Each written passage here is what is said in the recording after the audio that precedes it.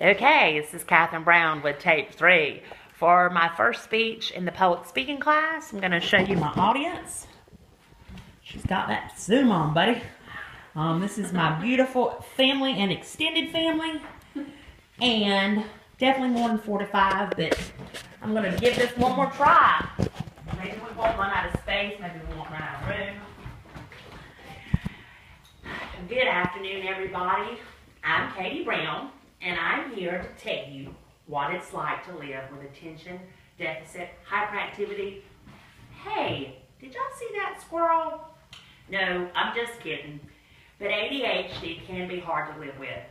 So today, I'm going to tell you what it's like living with ADHD. Or bacon, or pie.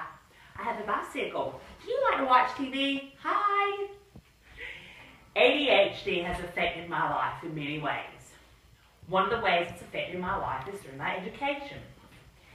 Education when I was younger, as well as now when I returned to college.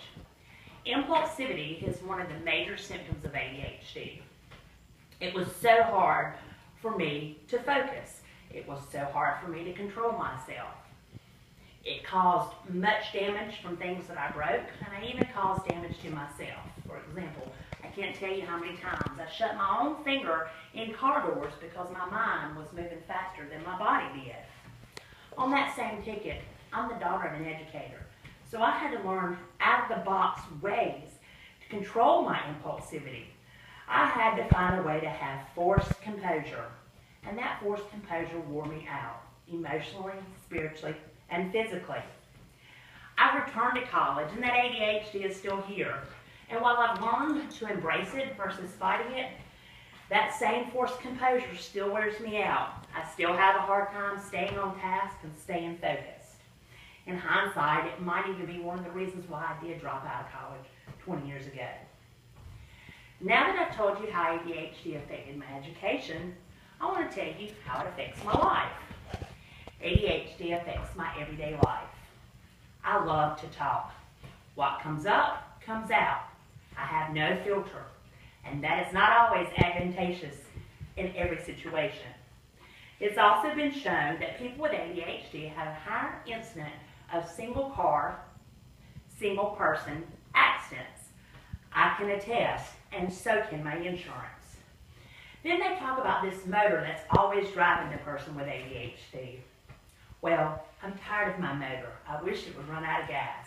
I have a high strunginess that I really can't do anything about, so I have to live with it and cope. You see how ADHD has affected my everyday life, so now let me tell you how it's affected my marriage, my family, and my relationships. I said I like to talk, and I talk fast. They say that men hear 1 out of every 4 words that women say. Well, my poor husband probably gets 1 out of every 10 words I say. And that has caused a few arguments. That has caused a few misunderstandings. And the same applies to my children. Because I stay in motor mode, nobody can keep up with me. I don't know that it would be humanly possible for anybody to keep up with me, but it frustrates me. It frustrates me when people can't keep up. I opened this speech with a saying about how ADHD squirrel. Well, that's kind of how my brain and my wiring is. Have you ever been to a park and you've seen squirrels playing? You see one squirrel and then another squirrel catches your attention. Then another squirrel catches your attention and then another squirrel catches your attention. Well, that's exactly how my brain works. I can have one thought focused on, the next thing I know, I've got another squirrel coming up. And it's hard. Well, I've learned to embrace it, and I've learned to cope. It still doesn't make it any easier or much less tiring. Next time you see a squirrel, you be sure to be thankful that you don't have attention deficit hyperactivity. Is that lunch I smell? Thank you. Yay.